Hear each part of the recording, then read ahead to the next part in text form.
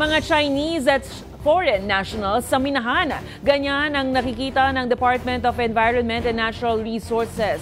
Matapos mahuli ng mga otoridad ang 11 Chinese national na sangkot naman sa isang ilegal na operasyon ng minahan sa Paracale, Camarines Norte. Lampas din daw sa saklaw ng kanilang permit ang kanilang operasyon tulad ng sa Paracale.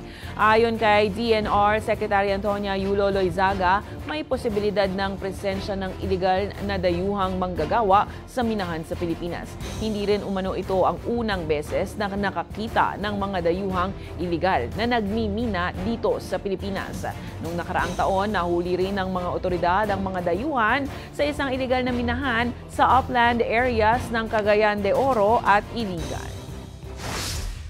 I believe presence of foreigners is a very great possibility. Yes, as you know, I think it was last year, we also apprehended, together with authorities, an operation in the border of, I think it was Cagayan de Oro and Iligan, in the upland areas that had foreign workers also conducting illegal activities. Yeah.